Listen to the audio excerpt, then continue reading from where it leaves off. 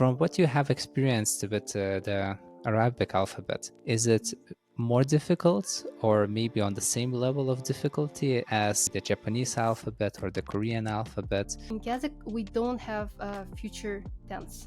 We use it both for talking about present and future. So you have to understand it from the context. Both of us come from a similar background because Lithuania was also part of the Soviet Union. This is one of the problems with when Russian politicians, they say that Kazakhstan didn't have a culture. We did, but we had a different type of culture. It was nomadic culture.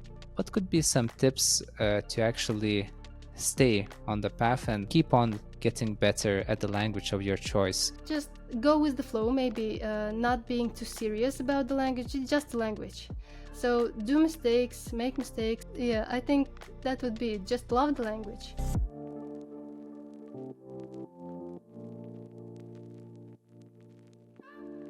Good day, Malika. Good evening, Paulus. Thank you for joining in today to talk about various languages and cultures and relationships. I believe it's going to be a very interesting conversation. Thank you for inviting me. Thanks. For the people who might not know, Malika is a language teacher. She has also graduated in Oriental Studies with a focus on Japan. So needless to say, she has studied Japanese with other languages, including Korean, English, her native languages, Kazakh and Russian, and also Turkish language. Am I missing any languages? No, I think that's pretty much it. Yeah. So, Malika, please tell me, how did you get interested in languages? Because you have been studying languages, you know 6 languages already, and you are also a language teacher. So, how did you develop such an interest? When I think about it, I think it happened way back in my childhood when I got to this school. It was like an ordinary school, but they had a program of 3 language teaching at the same time. And most of the subjects were in Kazakh language, but they also introduced an I don't know why, but algebra in English. That's interesting. Yeah, I don't know why. And of course, I speak Russian at home, and I think at that time I fell in love with English, and it just started there. So, besides your native languages, which are Kazakh and Russian, was Mhm. your first foreign language English? Yes, because in Kazakhstan, I don't know about these days, but back in my childhood, I think it was started from 4th or 5th grade. I think it was 4th grade. So pretty early. We started to learn English. In some schools, they taught French as well. Yeah, but mostly Hmm, English. right. And now you have a very big baggage of different languages, including, at least in my eyes, difficult ones like Japanese and Korean. So also Russian is a difficult language. And unfortunately, I don't know how difficult Kazakh and Turkish languages are, but I'll definitely ask about them later. But now when you think about it, when you were learning English, did it look difficult then? And from your experience now, is it a difficult language to learn? Mm, I think I didn't really think about how difficult it was to learn English because we were just giving some materials to do, we were giving homework to do, and we didn't really think about it at that time. But for me personally, it was easier if I compare with other kids because I always had good grades in Mhm. English. I think it was my favorite subject at school. So yeah, of course, any language would be difficult at first, even if it's similar to your native language. So, in that sense, yes, I think it was, but uh, it was really slow. You know how children learn languages. Yeah. It takes time. They cannot really focus on that. Uh, yeah, but now from, how do I put this? So English language is not difficult when you compare with other languages, but at some point it gets to be hard to like Hmm. to progress in that language. For example, now you can see how I struggle with choosing words and how to say it more beautifully. So you can get in language to a certain level, but then you still have to work a lot on developing your skills. Do you think it's the same with other languages as well? Yeah, I think so, but the like, I don't know how you call it in English, but the entering point is Hmm. always difficult, is always different, depending on Hmm. your experience with languages. So English wasn't difficult for me in that sense because it's not that different from Russian language. If we talk about Kazakh, if I were an Kazakh speaking person, then it would be difficult, I think, because the Hmm. systems are totally different, and yeah, I think they're different. And for a Kazakh speaking person, it's harder to learn a language like that. Okay, so that's very interesting. Like, I don't believe that any or many English-speaking people have ever thought that Russian and English could be similar in some ways, because I have heard that it's quite difficult for some English speakers to learn, let's say, Hmm. Russian or any other kind of Slavic or Baltic language, because the English language doesn't have declensions, and whereas Yeah. Slavic languages, Baltic languages, also Greek Hmm. has declensions. So like it's a whole new concept. Hmm. Uh, but in this regard, uh, Kazakh language is even farther apart. It's even more different than, let's say, than Russian.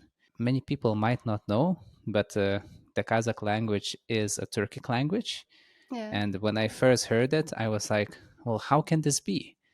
But then I delved into a little bit more deeply into the Kazakh history, and then I Hmm. realized like how it happens. Could you please tell me more about the Kazakh language? How different is it from the Russian, let's say, language? Is it in any ways similar, or is it absolutely different? Because both languages coexist in Kazakhstan, which is a very Yeah. interesting situation. So how did that happen as well? Uh, yeah, I think we pretty much understand how it happened. When we think about the Soviet Union, but uh, the thing is that yeah, these two languages, they're different, and they differ a lot because of the structure of the languages, of the sentence, how we put the verb at the end in Kazakh. In Russian, actually, you can do it like you can put it anywhere you want. Mhm. But still, there are some like uh, form that feels more natural without any context. Russian, as you know, has genders. The Kazakh language doesn't, and Oh. this is the first thing that gives you a clue that a person is a Kazakh speaker because they miss this grammar when they speak Russian. Yeah, I think this is the first one, and in Kazakh we still have declination and the like conjugation Mhm. of verbs. So in that sense, it's all right. Do you know about the high contextual culture and the languages? Well, that's the first time I'm hearing about that. That, like, could you expand a little bit more? Yeah, so there are two types. Like, it's not really a division into groups, but it's more like uh, I would say like spectrum. So you can take language and probably the scientists, they would put the linguists, they would put language on a certain point on the line, Hmm. depending on how easy it is to understand the language without a context. Like, for Mm. example, I think English would be more of a low contextual language and culture, and Japanese would be a high contextual culture, because without a context, you wouldn't be able to understand what the person means. Hmm. Right. And in that sense, I think Kazakh is um, closer to high contextual culture in that sense than Russian. But still, Russian is also a high contextual language, I would say. Oh, that's interesting. So, when you're listening to a Kazakh speaker, grasping the context is very crucial in order to understand what the other person is saying. Whereas, if you listen to an English speaker, when you listen to what the person is saying, Mhm. the context is not as important because you will probably just understand from what he is giving to you at the moment. So, I have never heard this distinction. Mhm. And both Kazakh and Russian and Japanese are high contextual languages. What about Turkish and Korean? I think they are on the same. They would be placed on the same mm, point on that line. Mhm. Uh, Actually, if we talk about Korean and Japanese, we still don't know about their origin, but they are really close to Kazakh language, to Turkic languages Oh, in that sense, because of the really? structure. Yeah, maybe not words, not the the yeah, not the words, but the structure of a sentence. It's very similar. So uh, it's much easier for a Kazakh speaker to learn these languages than to for a Russian speaker. Okay. And it's also very interesting because Kazakhstan is kind of in the middle ground between different kind of language groups. Yeah. So you have Indo-European languages on one side, you have Sino-Tibetic, you have I don't know if Altai language group is a fact or not. Hmm. It's still being contested, but it's surrounded by different kind of language groups. And from what I know, it's a Turkic language, as we have discussed before. So how come Kazakh is a Turkic language, even though it's so far from Turkey? Like, could you share a little bit of history about Kazakhstan for us to understand, like, Hmm. this point? Yeah. So because Turkey is well known, more known in the world than any of Central Asian countries, I think that's what surprises people most of the time. But actually, we have this problem with Turkey. They call themselves Turk, and we call ourselves like uh, Turk in Kazakhstan. It's like this group that we talk about, like Turkey group. Hmm. And the problem is that when you come to Turkey, they say, "Oh, you're not Kazakh." They say you're a Turkish Kazakh, Oh. or Kazakh Turk. Yeah, I think it would be in English like that, Turkish Kazakh. So we say, "No, we're not Turkish Kazakh. We're Kazakhs," and they do it for all the Central Central Asian countries. So that's the problem.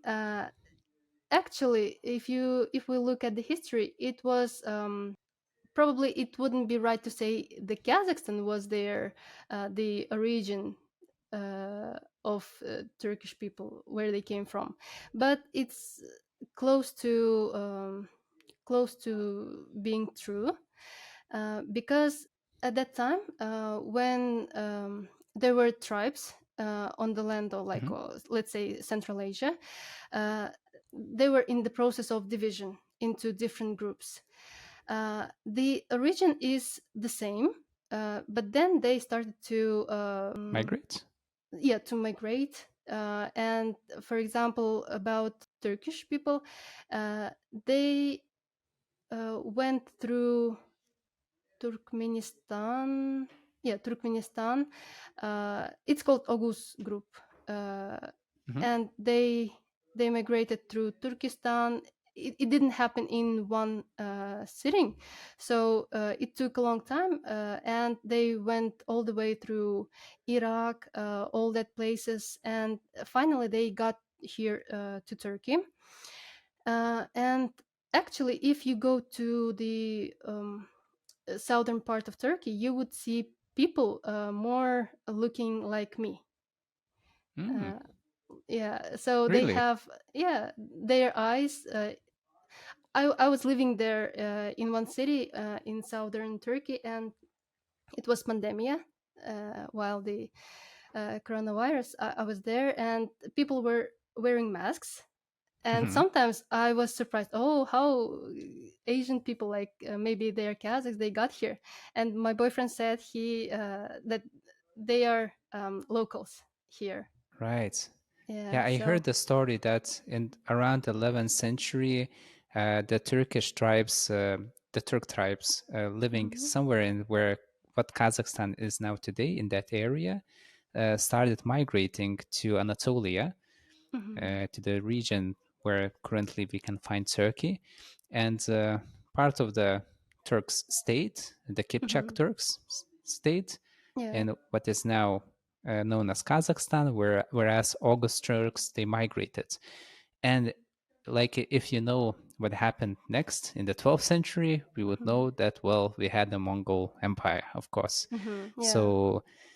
So the August Turks that remained in the territories of current day Kazakhstan were more affected, I believe, than the Kipchak Turks by the Mongol invasion. So the culture changed a little bit more in some regards.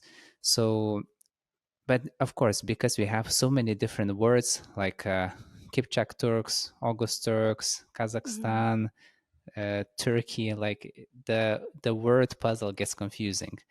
But mhm, that's kind of the history that shaped both countries due to migration.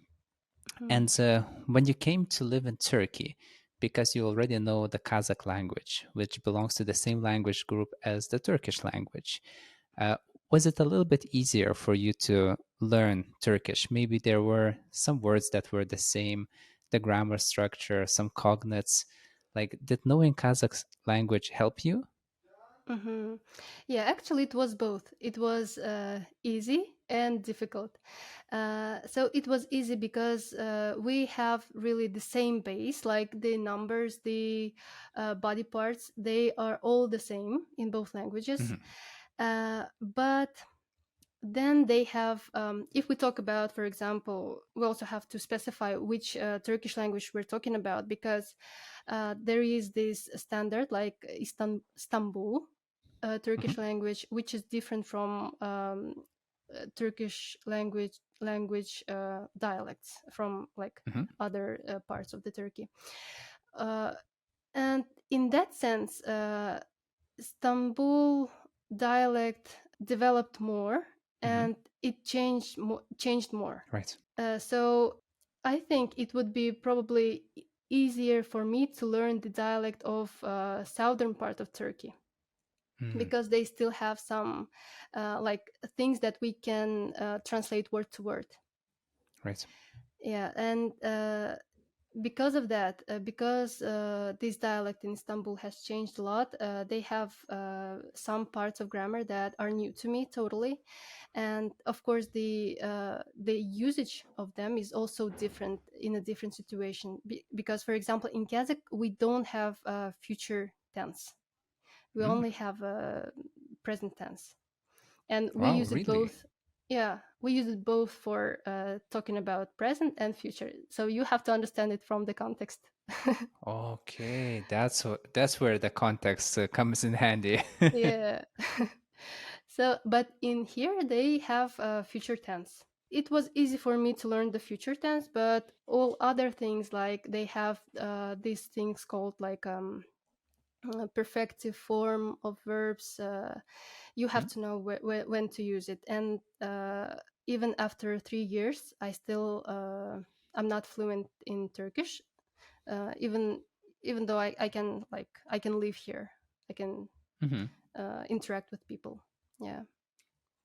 But doesn't the Russian language also have the difference between perfective and imperfective, let's say, verbs, right? Is it Mhm. the same distinction as in the Turkish language, or when you use the words perfective verbs, it means something else in the Turkish language? Yeah, I think it's closer to English maybe in Turkish, because the only thing that it changes is the ending of the Hmm. verb, and sometimes it gives you a meaning like um, I had no idea, but someone told me. Is that true? This kind of Hmm. thing, which in Russian I don't think we use it in that sense. It's slightly different. Right. And when you first moved to Turkey, uh, did you experience any kind of culture shock when you moved to live here? And having lived here for a few years already, what kind of things do you enjoy about living in Turkey? And maybe what are some things that you enjoy not as much? Mm-hmm. Great question. The culture shock, maybe it was about the culture of selling things on the street. And Mm, I'm not talking about like bazaar or these markets, but I'm talking about how people would go with their stuff selling, and they would just being so loud, letting yeah. everyone know that they're selling it, and while they're here you can come and buy. uh, I was really shocked because in Kazakhstan you cannot see anything like that. I think because of Soviet culture, Mhm. everything should be quiet. Everything should be in order, so this was one of the things. And actually I love everything, mm, almost everything about Turkey. Its cuisine, the like bureaucratic system is very well organized, I think. The only thing that bothers me is that they smoke everywhere and a lot. Mm, Actually, this was mhm. another culture shock because in Kazakhstan it's kind of um, uh, oh my god, I forgot this word. When people think it's bad, that it's perceived bad for a woman to smoke, and Mhm. an older person can come up to a woman and say, "Don't do that. Why are you doing it?" But here in Turkey, Right. everyone smokes. Like a girl of like 19 years old and uh, like a woman of in her 60s maybe. So that was also one of the things that was quite odd and not as common from where you come from. Because Yeah. in Lithuania, some years ago, it was also the same. Now it has changed, but Mhm. also when females were smoking, it was a little bit looked down upon. Mhm. But do you know the story about how actually women started smoking and how it actually started representing female liberty in the US? Oh, no, no, haven't heard about it. I don't remember. I think his name was Andrew Bernays. He was a nephew of Freud, and Mhm. he started using Freud's psychoanalysis tactics, uh, working for marketing companies, and in the 20th century. And one time, Marlboro, or well, they kind of chose him as their marketing partner, Mhm. and asked him to help to promote smoking for women because in the early 20th century it was also looked down upon if women were smoking, and Marlboro was losing 50% of its income basically because 50% of population more or less is Mhm. female. So they asked him like, well, how can we change that? And Mhm. it was also the time of more like liberty given to females in terms of education and so on. That the female liberation was coming, and he had this idea of taking a bunch of women Mhm. and parading on the streets, smoking a cigarette, and showing that this is their torch of liberty. And Mm.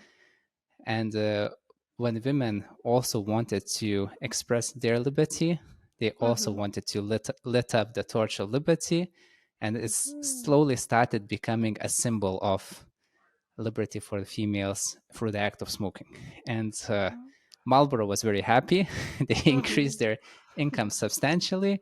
Although, it's like the power of the human mind, like how to create certain things symbolic, even though it has nothing to Mhm. do with that. Yeah, So that's an interesting story. Actually, the same thing happened in Soviet Union when they uh, let women work. really, it yeah, it was. I think Soviet Union was the first to let women on, like, on this factories and so on. At that time, women in US, they were still at home, being yeah, housewives. Yeah, but in Soviet Union, they had this politics when they let women out. But now they talk about they like why it was done. They say I that have a it was guess. for, yeah. Why do you think that it was? Well, from my understanding, it was knowing the history of, let's say, the Second World War and how Mm-hmm. many losses the Soviet Union had experienced. Also, similarly with the American fought wars abroad, because also quite a lot of men have been killed. But in the Second World War times, a lot of people from Soviet Union died fighting the war, and well, if you have a large population of people dead, who is going to Mm-hmm. work in the factories? Mm-hmm. And who is sent to the war? Well, mainly men. So the women that wait at home for them to come home, they don't. And things have to keep on running. Yeah. So I know that that happened in the US to an extent. And I Mm-hmm. also believe probably it was similar in the Soviet Union. Mm-hmm. That's my guess, at least. Yeah, yeah, you're right. You're totally right. And now they talk about that part of history as like bringing up this feminism into uh, like this movement into action, but it wasn't quite that. Yeah, we can also, like, we can take any kind of thing and put nice papers and wraps on the top, and Yeah, give it.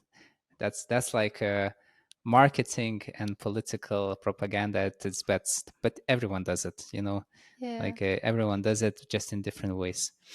But coming back to the Soviet Union, Mm-hmm. both of us come from a similar background because Lithuania was also part of the Soviet Union.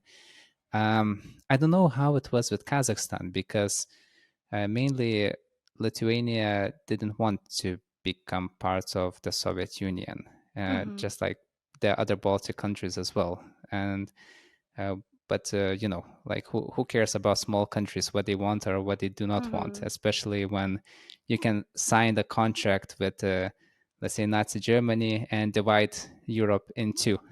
That was the Mm-hmm. Molotov-Ribbentrop Pact of Yeah. 1941. So the European history in terms of getting added to the Soviet Union was definitely different. It was not by choice, it was by the Mm-hmm. big players. I don't know how it was with Kazakhstan. Did Kazakhstan choose to join the Soviet Union, or were they also taken by force at that time? Mm, I would say that's the second uh, Hmm. reason, because Russian. I will say Russian because it was way before Soviet Union. We had The some Russian Empire, connections. right? Yeah, yeah, Yeah. Russian Empire, and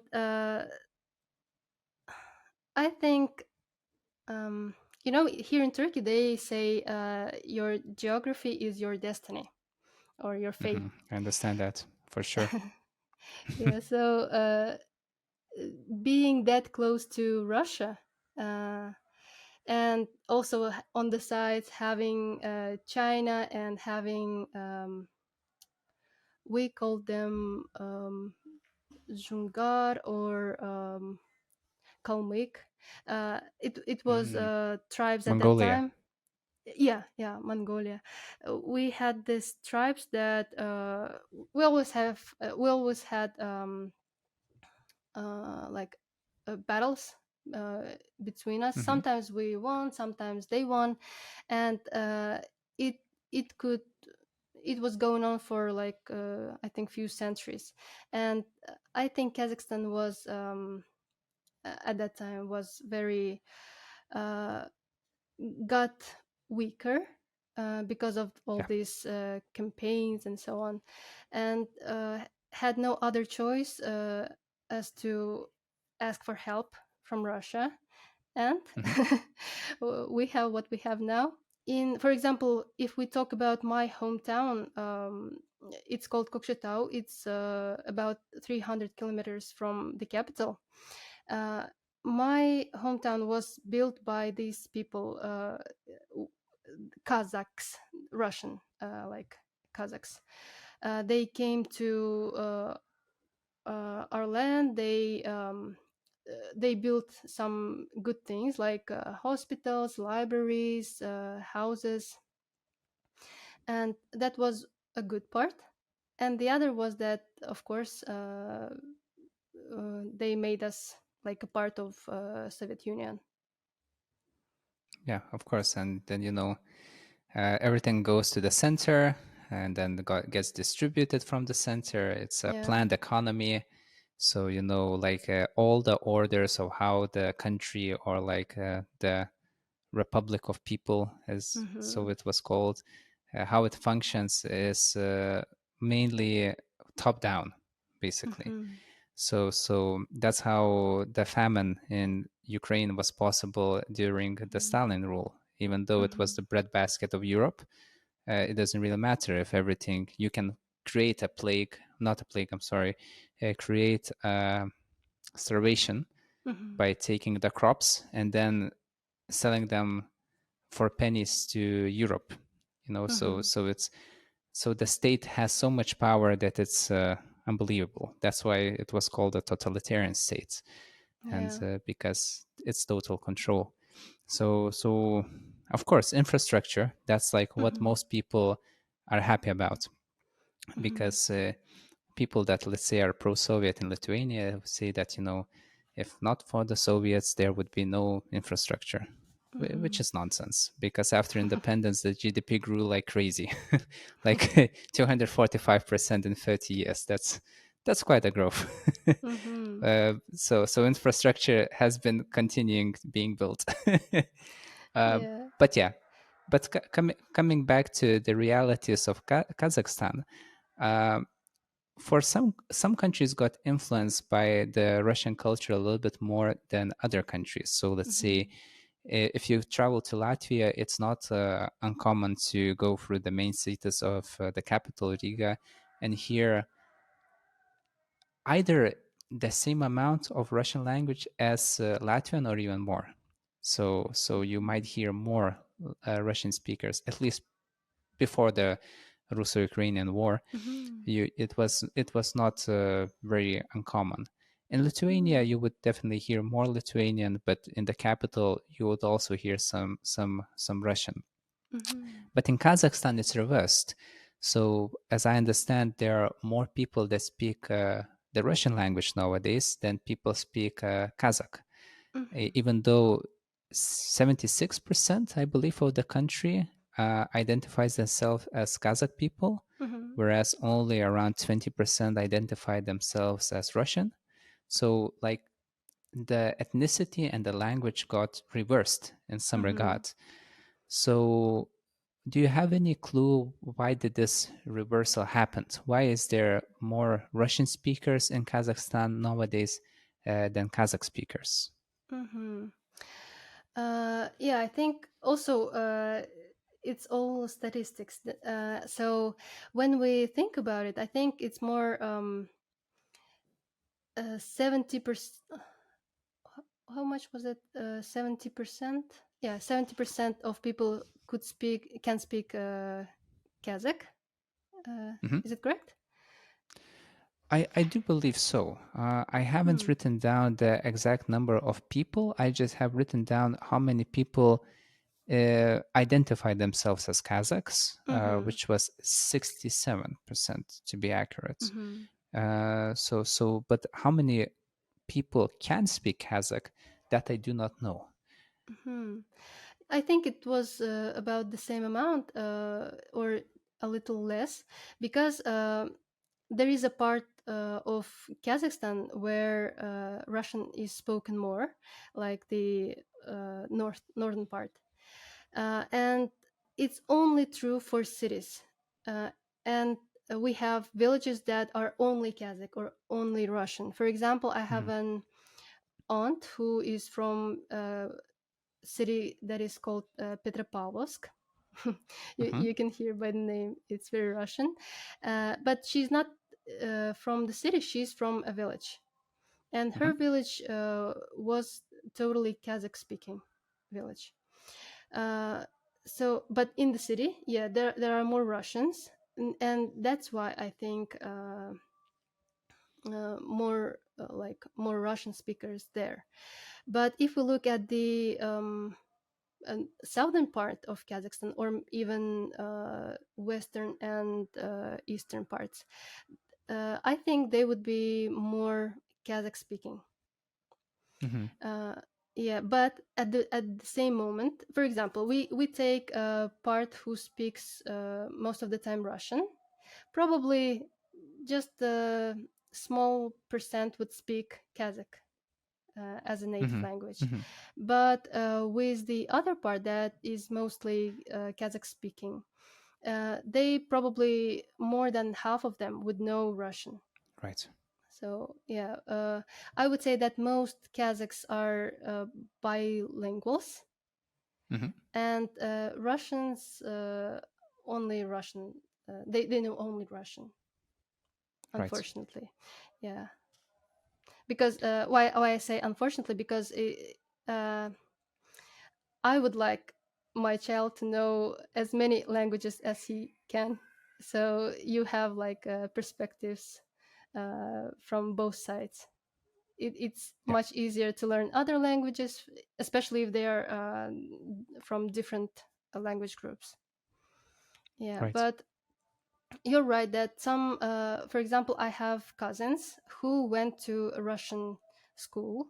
They got education in Russian, and they don't know Kazakh at all. Maybe just like a few phrases. That is Hmm. also a reality. Right. Right. Yeah. Well, it's interesting because there are quite some Russian speakers in Lithuania as well, but most of them do actually speak Lithuanian, Hmm. which I'm happy of because I'm living in Portugal and I'm Hmm. learning Portuguese because even though almost everyone speaks English here and I can Hmm. get around just with speaking English quite easily, but Hmm. that does not matter because I chose to live in Portugal, and out of Hmm. respect, I want to understand their language, be able to speak with them, because I'm the person that came here, you know. Hmm. so, Yeah. so it's normal for me to learn the native tongue. so, Yeah. so like Yeah, I and I didn't come also. here like I'm the Lithuanian. I will only speak Lithuanian. You have to know. Yeah, and expect people to learn Lithuanian. Everyone. Yeah. Yeah, this is so weird when you think about it, because when for me it wasn't a problem. Yes, I was aware of the language problem in Kazakhstan, but uh, when I came to Turkey, people started to like asking me, why is it so? Why do you speak more Russian than Kazakh, and so on? And to be honest, I'm speaking only from the perspective of my like myself, my experience, because I was raised in a city in a town on the north of Kazakhstan, and I only have this experience. Hmm. Uh, to the question why it happened that way, I think so. You mentioned the famine, which also took place in Kazakhstan, and in 30s, you know about the repressions. Yes, Uh, and also it happened in Kazakhstan, and most of the like intelligence of Kazakhstan, they were killed, and so there were no people left to do like science or these kind of things in Kazakh language, and right. also uh, for example, from what my mom tells me, they were living in a village, and they made you feel so small if you speak Kazakh language, and if you speak Russian, you just become better in their eyes, Hmm. in the society. So you have more Understandable. opportunities uh, to grow to in your career. uh, I think that's what happened at the time. Well, uh, actually, just a few days ago, I was speaking to one Ukrainian friend from my tango group Mhm, because here we have quite an international tango group, and there are people from various backgrounds, and she just came to smoke and talk together, even though I don't. But I was sitting there, and we started talking about many different kind of things, and I also asked about the war from her perspective and so on. mhm, And we got into the conversation, and uh, I also heard this one before, but she also mentioned that some years ago, let's say even after the independence of mhm, Ukraine, maybe 10 years ago or something like that, if you spoke Ukrainian at school, you mhm, were looked upon as a, you know, village girl or village boy, like a mhm. peasant.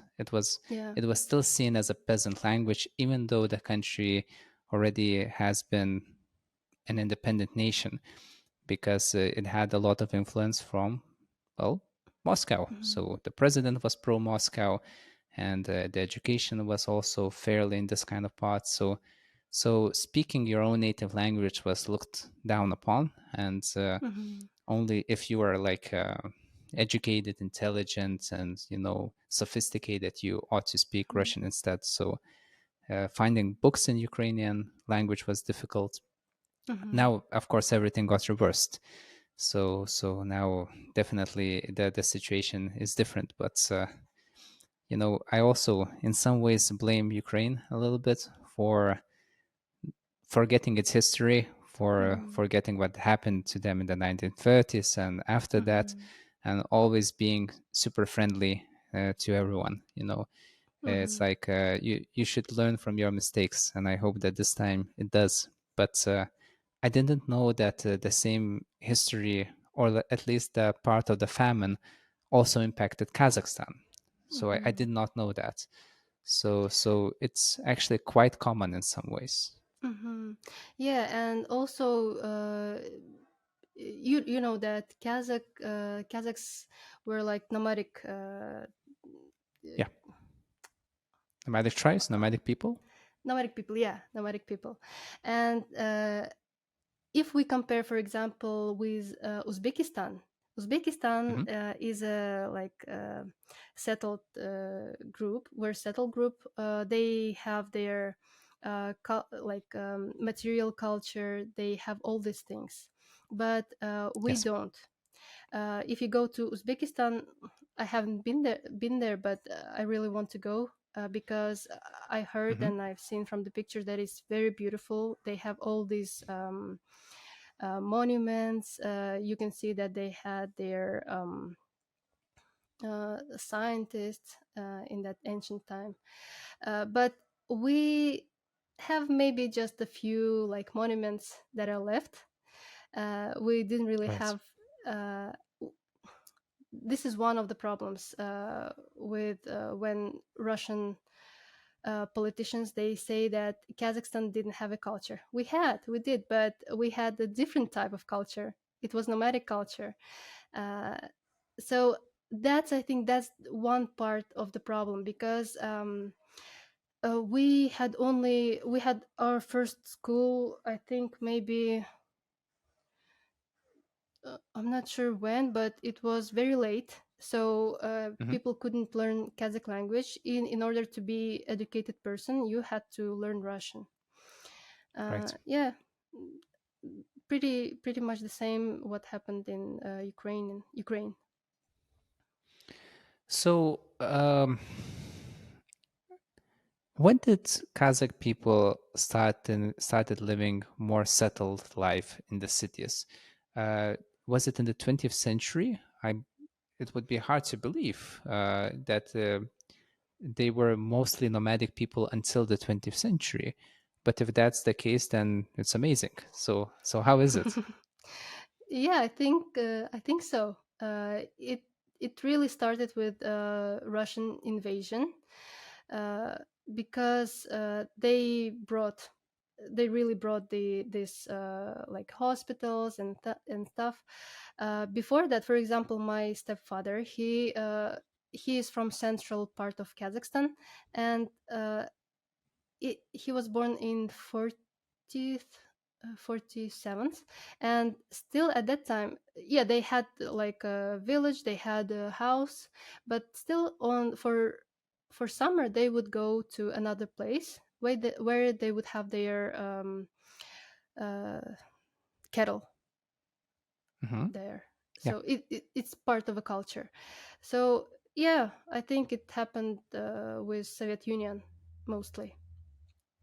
Okay, that's interesting. Also, because last week I talked with a lady from Mongolia, Dorch Pagma, and what she said is actually quite similar to what I heard from you.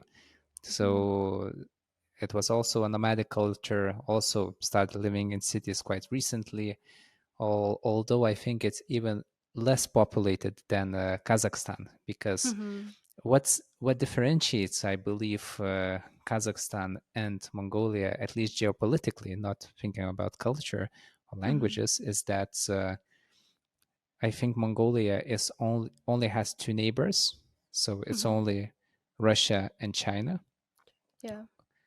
whereas Kazakhstan has various neighbors, so China, Kyrgyzstan, Uzbekistan, Turkmenistan, Russia, and also you have access to the Caspian Sea.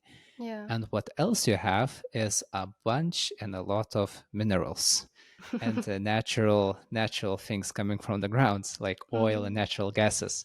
So like this discovery probably also helped the Kazakh economy to grow very rapidly, because from Mhm. what I know, it's the highest economy in Central Asia at the moment. So I believe like these kind of factors put you on a stronger ground to actually be yourself and dictate your own rules in certain ways in this day and age. Yeah, maybe, but still, that makes us like uh,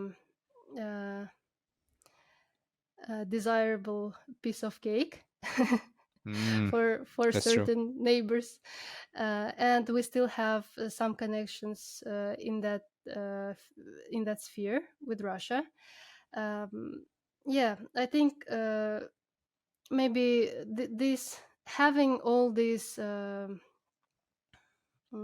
like uh, this richness in all these elements on our land is maybe one part of a problem. If you talk to people in Kazakhstan, they would say that we don't see it really in our real lives. Yeah. Like uh, someone is using it, but it's not us who Mhm. have any benefits from that, Right, unfortunately. right. But I also heard that there are um, some efforts put into preserving the Kazakh language and Mhm. also trying to distance the culture a little bit and make it more, well, Kazakh in certain Mhm. ways. and parts of it is to go to the Latin alphabet. Mhm. So there are plans to change the Cyrillic for Latin. Is it a real thing or is it just a hoax? No, I think it's real because some actions are already taken, not by government, but by people. Because now these days you can see that some of the signs on the street are only in this like Latin alphabet, but the government doesn't take action in that direction uh, because there are some problems, not political, but deciding on which uh, how to like create the alphabet in Latin, uh, Hmm.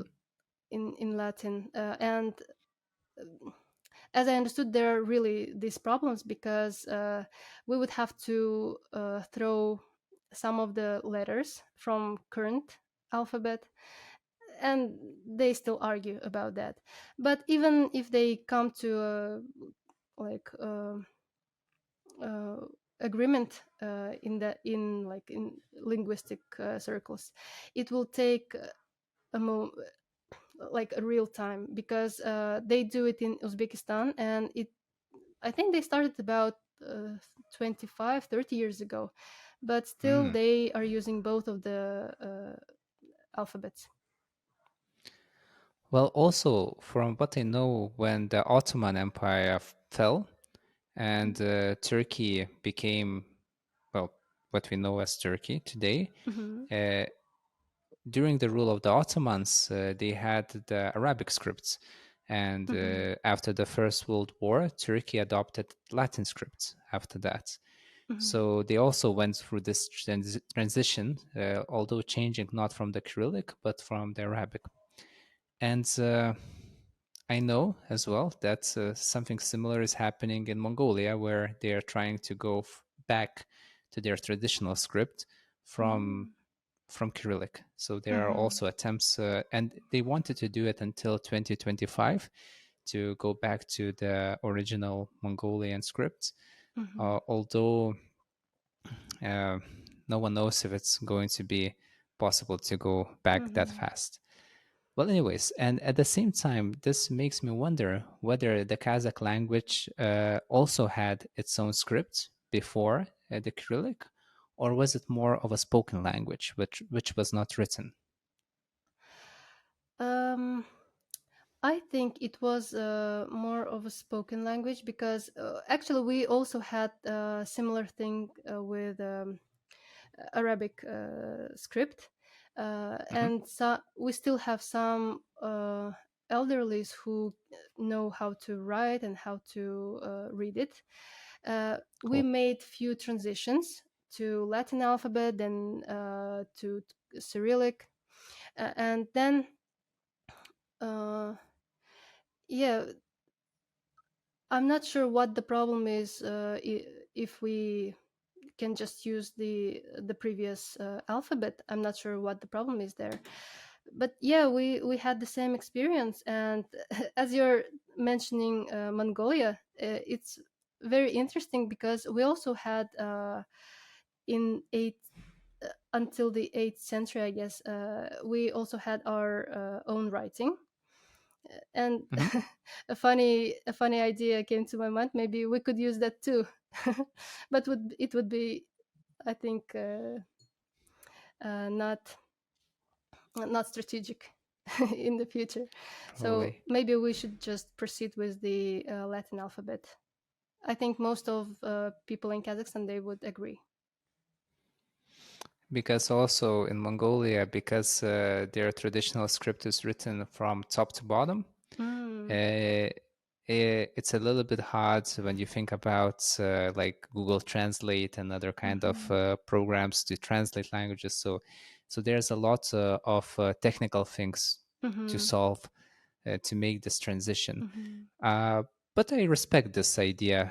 I looked up their script online and I found it pretty. And Mhm. if I ever decided to learn Mongolian, I would rather learn that script.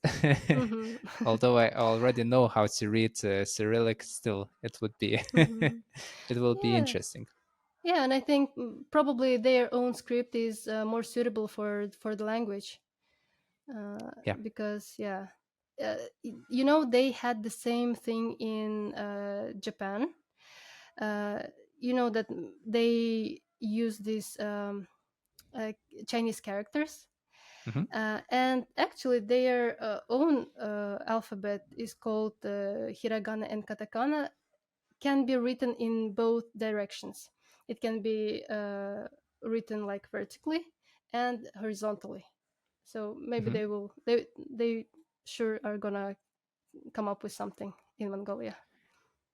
Well, I have heard from some friends who had learned Japanese as well as from people online that the hardest parts of learning Japanese is actually the scripts, because Mm-hmm. you have mentioned different kind of scripts, and also they have the Chinese hieroglyphs still. If you Mm-hmm. want, you can use them instead of kanji.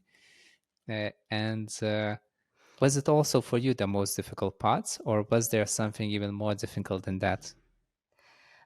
Yeah, I want just to make a remark that kanji and Chinese characters are the same thing. Uh, Hmm. in in China, they call it hanzi. I think pronunciation is probably not correct, but in Japan they call it kanji. So it's Okay. basically the same thing. And yes, I think this is the most difficult part of the language. I don't know if you can see, but here I have a poster with all the needed characters, and I'm still Right. in the beginning. Yeah. Uh, of course, most of them I learned at school, but I forgot them. If you don't practice it, you just forget, because it's like a picture that you have to memorize. So yeah, this is a difficult part, and actually, there are arguments on that too in Japan, whether they have to say, like keep the characters, or they have to write only in their alphabets. Mhm.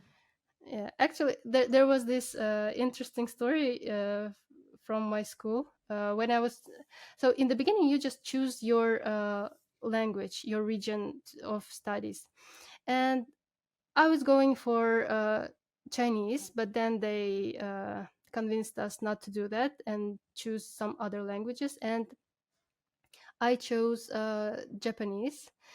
And the first month when we were learning these two alphabets and Mhm. Chinese characters, uh, Crazy. I was about to switch for Arabic, but they didn't let me. So because I was so afraid of this, Yeah, it's a mess. yeah, and I'm glad they didn't let me. That's cool. So Mm. they made you get deep into the water from the very start, like immediately introducing the two alphabets, the characters, like everything, like full speed ahead. Yeah, that seems scary in the beginning, but it really worth it, especially if you want to learn some other language like Korean afterwards, because Hmm. it knowing the characters and knowing how to put them together, and it just helps to understand Korean now, because they still use the same logic, but only without they got rid of Chinese characters, but they still use Right. the words. Yeah. So, So you first started learning Japanese, and you also moved to live in Japan for a while, I think for a semester, if I'm correct. mm, And yeah. not really. I was there just for 1 week because Ah, yeah, I participated in one program, and I went for 1 week only. what was your experience? Um, the program was called Mirai, which is like mm, a program for students all over the world learning studying Japanese and the this region. Uh, it was good because we got to see all the beautiful places, and one day Hmm. was 1 or 2 days were dedicated to. At that time, there was a Brexit happening, and we were Ah. talking about this situation there. Uh, yeah, and to be honest, it wasn't the best experience for me because it was 2015, and before certain situation happened in Kazakhstan, I wasn't really interested in politics. You would ask how that can be. That person is not aware of like what's going on in the country, but this what happened. So I wasn't really aware of politics, and while we were discussing, I think only the students from Central Asia were like just a little to say on the topic. I think Mm. it's because of the like people in Central Asia not being really interested uh, in this stuff. Also, I do have a question. You Yeah, said that you studied in Korea, yeah. so you also lived there for a while, for the whole term? For one semester only. Right, Yeah. right. So you have a little bit more of experience of that region. And you said that like when you learned Japanese, it made your learning of Korean a little bit easier, Yeah. because you understand how to add things in order to make the language work. But is Korean and Japanese similar in any other kind of way? Because their alphabets are, well, absolutely different. You can Hmm. look it up line. You will see that they're alphabets, but I wouldn't be able to read any of them. But what about from when you already know the two languages? Are they similar in any kind of ways, or are they more different than similar? They are more similar because they have the same structure, and they still because they still share the history. Uh, Here in that region, China was like at the center of the culture, and then it was then transferred to all the regions around it, and it also affected the languages because there are a lot of words uh, that come from Chinese language. So Hmm. in both languages, you can find words that are totally like similar. For example, the word kabang, which means a bag, and it's the same in Japanese and Korean. Some words are not that similar, so you probably wouldn't immediately understand that these are the same words. But after learning some of the patterns, how they change, how the sounds change in some like syllables, you would it would be so easy for you to learn the words if you know Hmm. in one language. Right, right. And you also mentioned that in your university, when you were choosing a region, Mhm. your supervisors discouraged you from choosing China. Why? Nothing political behind it. It was only because they had a Chinese institution not on our faculty. It was in on some other faculty. So they were just saying that we cannot be responsible for the quality of teaching. Ah, I see, I see. I thought maybe that there were already too many people that have majored with this region, and maybe just there were just too many people who have chosen China as their main focus. But so the reason was different. Yeah, but maybe now when I think about it, maybe you're right also because there is a separate like philology group that is only focusing on Chinese philology. So Hmm. maybe that's partly true and for the reason why they discouraged us to choose Chinese. Yeah.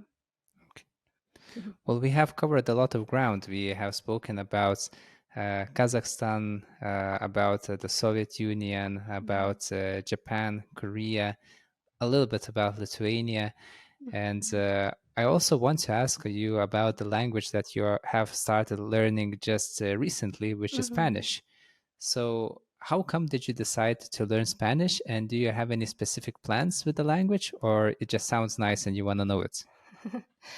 To be honest, I was interested in Spanish language like for a long time, and it's just that I like how it sounds. Hmm. I have no plans of going to Spain, or of course, I want to travel there someday, but not really like serious plans on that. But I think it's also nice to learn a language that people like. I don't know the percentage of how many people speak Spanish as a native language, but I think it's a pretty big number. I believe it should be in the top five. Yeah, yeah. I think so. So, and especially that I my only European language is English.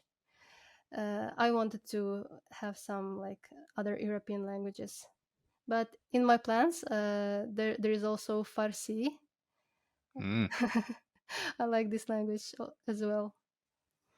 Yeah, actually, just recently I have talked with a Persian speaker, Bahadur. Mhm. He's from natively from Iran, but lives in Mhm. Canada, and we talked quite extensively about the Persian language, Farsi as it's called in Iran, and Tajik and Mhm. Dari, and which are sort of like still Persian, although with a twist. And after speaking with him, I just really started to want to learn Farsi Mhm. as well. I had ideas of learning Arabic for quite a while. I also Mhm. had Arabic in my university, but I had too many Mhm. subjects taken, and I had to give away some. So Mhm. because I was studying sociology and anthropology, Mhm. Persian was too far from my main subject, so I Mhm. decided to give away Arabic. But after I get more fluent with my Portuguese and Russian, Mhm. hopefully in the future I would either choose Arabic or Farsi. Although they Mhm. have a similar alphabet, I know that the Farsi language has still the Arabic alphabet, although it has some extra letters Yeah. to kind of accompany their own language. And from what you have experienced with the Arabic alphabet, is it Mhm. more difficult or maybe on the same level of difficulty to learn as, let's say, the Japanese alphabet or the Korean alphabet uh, from a person that has already touched this written system? What do you think about it? Uh, mm, from my point of view, Arabic script is more difficult because of the language itself maybe, and how it's written, even though they are different systems, also like families, I mean, uh, Farsi and Arabic, they still write. You probably know that they write, and they write only consonants mostly, Mm. and they just Hmm. skip this what they call haraket, and Vowels? yeah, vowels. They have some signs to represent the Hmm. vowels, but they usually skip them. So you have to know from the context again what which word they mean here, and I think this is very difficult. Right.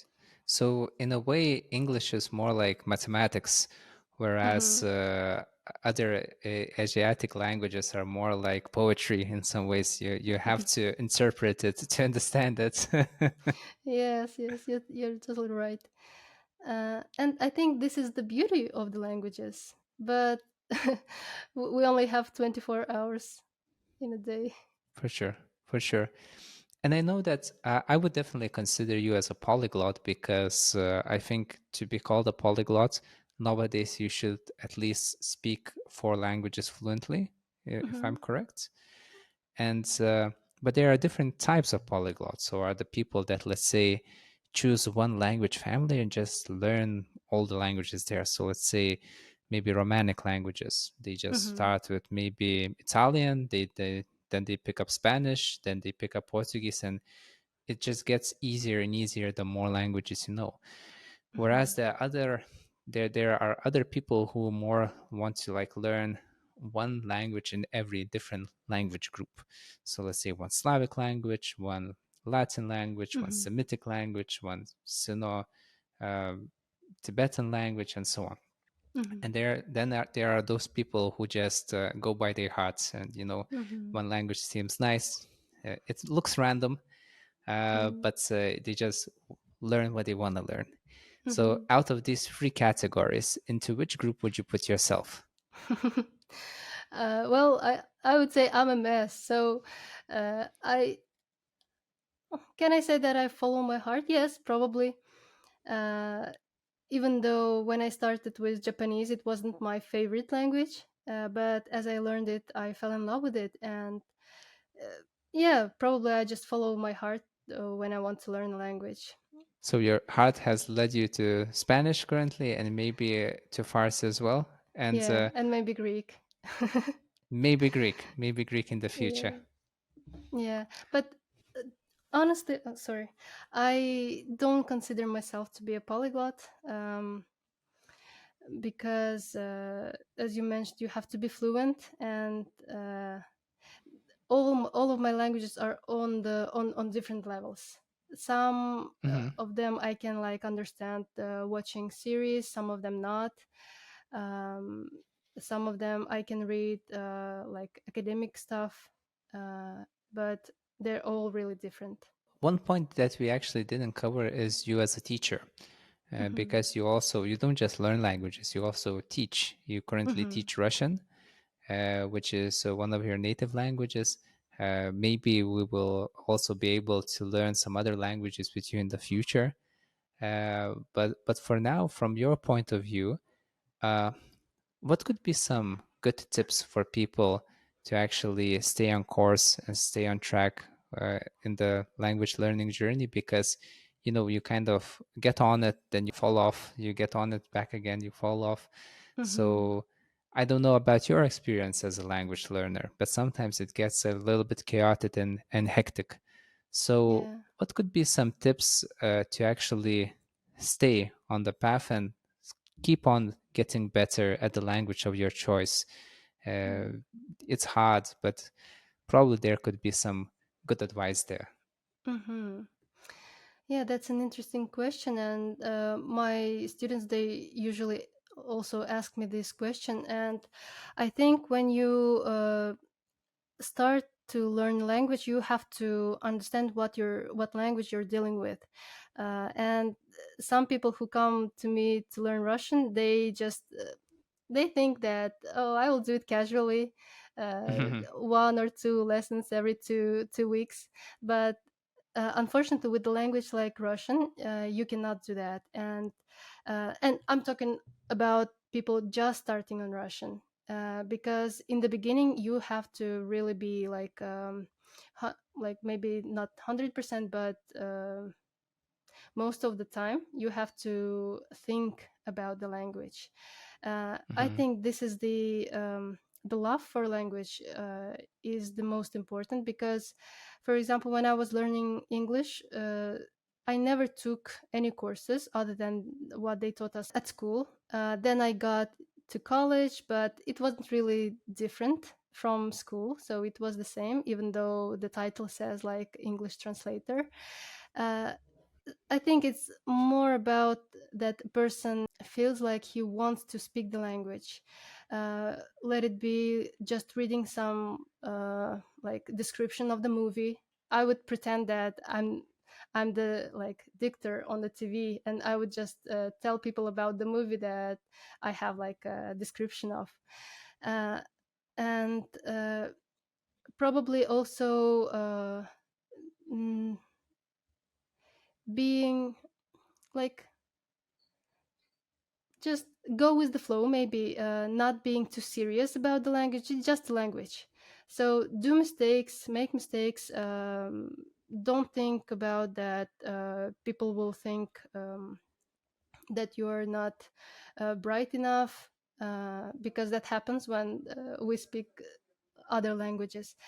Uh, Consistency, of course, is the key, but keep it to the point that you can like do. For example, now I don't have time to learn a language, like being focused on the language, uh, Hmm. as I used to be when I was at school. Now I'm just doing Duolingo. It's my minimum. So I do one Duolingo lesson a day when I don't feel like learning anything. I just do it. So I keep my streaks. Yeah, I think that would be it. Just love the language. Well, actually, it's a funny story because one of my Japanese friends, he was Mhm. also a guest on the podcast. We have texted not that long ago, and he said like, "I have become such an addict of Duolingo. It's horrible." He got so competitive and so eager, like it has become an addiction for him. Yeah. To such a point that we both of us were writing on one platform called Medium, and Mhm. I just saw that he's not posting that much nowadays, not so many Ah. articles coming. And I just texted with him, like, what's up? And he's like, I can't get off it. So it seems like it has been gamified in such a way Mm, that you actually sometimes are able to get hooked on it, maybe even too much. yeah. Yeah, yeah. But what about other platforms? Like, I also use Link. Mhm. I'm not sponsored by Link in any kind of way, but I use it for my reading and listening comprehension. So Mhm. I don't know if you have ever used it before, but that's one of my go-to applications Mhm. to, let's say, read a text or listen to a podcast, or maybe find a podcast that I like and check if it's on Link, and I can Mhm. read and translate the words at the same time without like buying a transcription or anything Mhm. like that. So besides Duolingo, do you use any other kind of material? Um, yeah, I do. Sometimes I also use Link, and actually, I use all kinds of materials. Even y- I can just type something in Spanish and just read it, or I open Hmm. YouTube and I open some interviews of Spanish speaking actors, and I just listen. Hmm. For some people, it can be so frustrating to listen to something you don't understand, but it's just uh, I don't know. You just have to be in the like you have to immerse yourself. Otherwise, Hmm. you're just learning what they give to you in the textbooks, or only what Hmm. the teacher thinks you can acquire. But it's so good when you hear something, you it's stuck in your mind, you don't know the meaning, but one day you find out the meaning of the word, and you know it already. Actually, you Yeah. remember it, and now you can use it. So I think it's also very good. Yeah. Well, for me, there's another problem. Like some people might not know, we talked about our because Malika is actually my Russian teacher as well. Like that's how we met. We met on Italki, and I have been learning Russian with her and some other people for quite some time. But after moving away to live in Portugal, I for half a year I put it aside and I focused solely on Portuguese. And now I'm learning both languages together, but during this time I forgot many Russian words, and it kind of moved from my active vocabulary to my passive Mm-hmm. vocabulary, and some words from my passive vocabulary just disappeared. Like I had to relearn them because the Mm-hmm. neural connections were not as strong, Mm-hmm. apparently. And sometimes I just get a word in my head and I knew the word, but I no longer remember it. And I'm just like, Yeah. and the word is just kind of repeating itself. And I have to like either ask someone because it Mm-hmm. gets annoying, or I have to check. And then I see that it's actually related to my current circumstance, to something like I'm doing. So maybe if I'm cleaning the house, maybe a word dish comes to my mind Mm-hmm. and I don't know, I don't remember what it means. It's just like, Mm-hmm. so it's also very interesting how the brain works because you are thinking in the language, although Mm-hmm. you cannot translate the meaning to another language, or you don't have association with an object. So Hmm. it's still there. It's still Yeah. somewhere there. You just kind of reactivate it in some ways. From this, I have a question. Like, would you recommend people to learn two languages at once, or would you recommend stick to one? Don't mess around. Go one by one at a time. Hmm. So it depends on the levels of the languages that you already on. For example, I wouldn't recommend learn two similar languages. You being on the similar level on both of them. For example, if you want to learn Japanese, I wouldn't recommend you to learn Korean right now, Hmm. because Right. first you have to get understanding of one language and get to the level you will not confuse them, these two languages. But I think it could work for two different languages, like maybe English and Japanese. Hmm. Yeah, I think that. But still, uh, we have to understand that we would use like one source, the brain, that it still will split the sources into two languages to acquire them. So it's better to stick with one language at a time.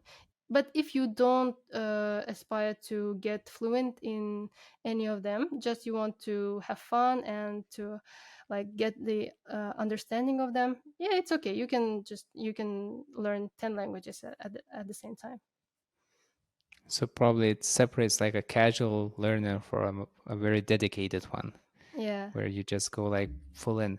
Because I still dream that I'll be able to learn both Russian and Portuguese on the same level. But as you have said, like you only have 24 hours and you have to dedicate your time and resources. Like I try to learn one language one day, another language another day. Hmm. And but still, it's sometimes it kind of your brain breaks the pattern because you get into Hmm. the rhythm of one language, and even if it's another day, you have to change the rhythm again. Hmm. And maybe I'm having lessons in other languages. I teach English and Lithuanian, so I have to switch them once again. Hmm. And your brain just prunes something out. Even though you try to tell it it's important, you should keep it. Sometimes it doesn't care. It's just like this is too much information. I'll put it on the side. Hmm. So yeah. Yeah. But probably if you're actually still like very very on top of it, if you're very focused, I believe that there must be a way how to actually learn two languages and like keep getting better, although I believe it will come with more frustration. Hmm. So it will take more time also, I believe, and you also have to be very diligent with your own time. So Hmm. maybe plan your schedule and actually stick with it, because Hmm. if you miss a lesson, well, you missed like maybe one third of your this week's lessons and one third of the Hmm. time as well. Yeah. So at least like from my point of view, it seems to be like that. Hmm. Yeah. I always advise my students just to do the minimum that they can this Yeah. particular day. So that would be, I think, the best solution. So what could be this minimum? Like, what's the most optimal minimum to do? um, of course, doing just like Duolingo is not enough. It's just the tiniest part of what you could do, but it's better than nothing. When I feel good, I would do probably a text, maybe like Hmm. a text of 3 paragraphs is enough, I think.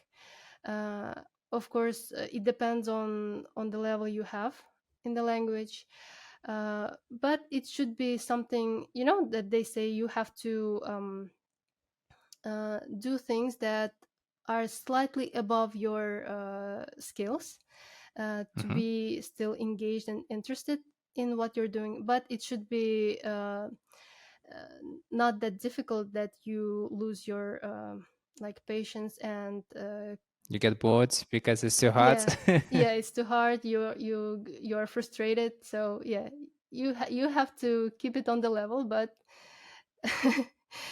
as a self learner, you never know uh, what to choose. So I think maybe having a textbook with text is a good practice Hmm. because they put it like according to levels, and they usually uh, use the same words and they add some new. I think this is the Hmm. best for a language learner rather than finding some different things on the internet. Having one textbook is a good idea, but still, maybe also one great tip is to have someone to talk to in your head while you're doing stuff. Let Yes. it be like maybe a star or an interviewer or just a friend who you know. I think it's a good way to learn the language. To try to make dialogues in your minds. Yeah, yeah, yeah. To explain something, to maybe to tell about what you have read today. Hmm. Oh, sorry, just one moment. That got a little bit off track. One of my friends, an Italian speaker, his name is Antonello. He recommended me and other language learners his method that he used to learn English and Spanish, Mhm, and also he's using to learn French, which is basically simply put just writing. So he mhm, on the day one he just prints out 1,000 words, like the most mhm, common words. He puts them into his Anki and he starts learning vocabulary. And he immediately starts to write. So his goal is to write at least 100 words a day. And mhm, maybe in the beginning he's using the translator, but later on he just starts to improvise, and he tries to find a native speaker who would be willing to check his writing to see mhm, whether he has done mistakes, how many mistakes, how can he rectify it, because he mhm, graduated with a, it was his level was A2. They give him mhm, B1, but he said like I wasn't B1, I was A2 at best. But with this practice, he kind of developed fluency quite rapidly. And mhm, now he has a tech company where he focuses on technical writing in English. So mhm, he later actually made it into a business, combining his knowledge with computers and programming mhm, and writing. So his approach was very written based, so to say. mhm, So so I believe we can actually learn and take like bits and pieces of advice from many people. mhm. What's the problem is the discipline Yeah. that you impose on yourself, because at the same time, many people, beginner language learners maybe, or that learn a language because they need it instead of Mhm, that they want it, experience a problem that they cannot actually discipline themselves to learn, and they expect that they will join once or twice a week to a language mhm, lesson with a teacher, and magically they will become fluent in a year, which is never the mhm. case. so so like you have to actually want it, and you have to actually discipline yourself. And like how do you discipline yourself when you are really serious about language learning? Is it Mhm. a goal that you put in front of you, or is it more sporadic? Like what's your approach? Uh, I think I'm the worst uh, in that sense because I only do what I like when I like, and Okay. uh, maybe when I have a goal, like I had a goal to go to Korea. For that, I had to take a test, like a proficiency test, Mhm. and what I was doing is I was every day for 3 months I was going to a library and I would study using textbooks Mm. that are that were made written especially for these purposes Mhm. uh, to pass this exam. And I think these textbooks helped me, and doing the tests like trying yourself to pass the test using some samples on the internet is a good thing. But if I don't have that goal, I would just do what I want. And maybe it's not for everyone, but I like watching series dramas, and Hmm. this is what I usually do. And as I told you, I like to like mimic uh, people when they speak the language, and this is what I would do when I'm watching Korean dramas, because also when when I was learning Korean, my teacher was always telling me like, uh, where are your emotions? Because Koreans are very emotional, and me Oh, speaking really? Russian, yeah, it was like a dead person speaking. But they are very expressive. They use all the tones. They yell. They do all these things, and to sound more natural, you also have to do it. So I would just repeat after characters in my dramas. Yeah, this is what I Right. would do. Ah, it's interesting because I also had visited Seoul for 1 week, and Mhm, I haven't traveled anywhere else in Korea. But I saw that in respect to Hong Kong, mhm, where I lived for a year, and I kind of got to know Hong Kong culture a little bit more than other Asian cultures. Definitely, the Hong Kong people were more reserved and more timid in their approach, in their speech, in their movements. mhm, They were a little bit more fearful in some kind of ways, less expressive. mhm. But Koreans, they were kind of like the Italians of Asia, so to Yeah, say. yeah. So maybe that's also part of the language learning. And how about Mhm. Japanese? Do you also have to be emotional in Japanese, or it's more similar to having that kind of more uh, calm, respectful tone?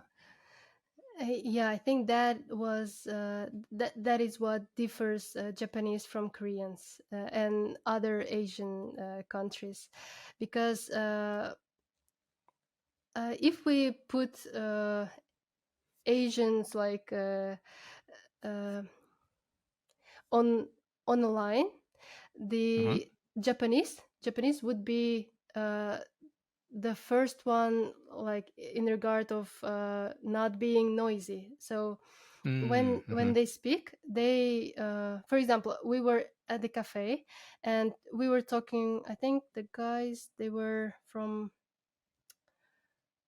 oh, I'm not sure, from some European country, and we were just talking about our experience with this program in Japan.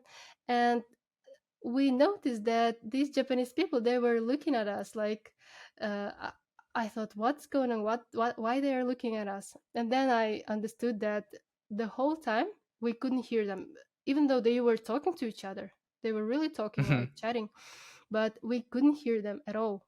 And probably we were too loud for them. So you were the Spanish people in the room. Yeah, Gotcha. definitely. Yeah.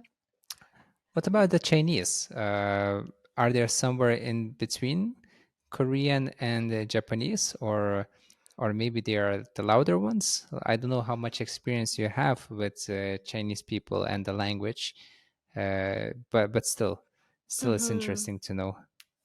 Yeah, I think it goes Japanese, Korean, and Chinese. Oh, so they're the loudest. Okay. Yeah, even Japanese, they say it. They told me that Chinese are the loudest ones. Right. Because I Yeah. also tried to learn. I tried to learn Cantonese for half a year while I was living in Hong Kong. That did not work out at all because it's just much more difficult than I expected. The nine tones Mm, and the traditional yeah. characters, it's something different. And Mm-hmm. then I switched to Mandarin, and I also learned it for like half a year, and Mm-hmm. my progress was faster. But after I left China and I came back home, I cannot even say my name anymore. Like that, my name is Polis. That was fairly Yeah. easy back then. I could actually go to a farmer's market and buy a watermelon Mm. with ease. But Oh, that's cool. but that was it. Although I have ideas of maybe reviving Mhm. my Chinese. Uh, do you still have some ideas of engaging with that language, or you kind of decided to leave it be? Um, I still want to, but maybe after Farsi and Greek. Hmm. My elder sister, she studied in China for Hmm. several years, and she's pretty fluent in Chinese. I think that's why I wanted to study Chinese at school. And now, probably after having um, my Japanese. Probably, I think it was Chinese characters that made me want to learn one of these languages. So, Hmm. yeah, I think I'm good with Japanese now, but maybe in the future, one day, yes, I want to learn Japanese too. Cool. So we have language goals for like 3 lifetimes. Yeah. So thank you for joining today. It was very enlightening and interesting to listen to you speak about so many topics that I cannot even list them now. But I'll put everything into the description together with your Italki link, of course, as a teacher. Time. So, thank you. And maybe we'll have a round two in the future. So let's say until next time.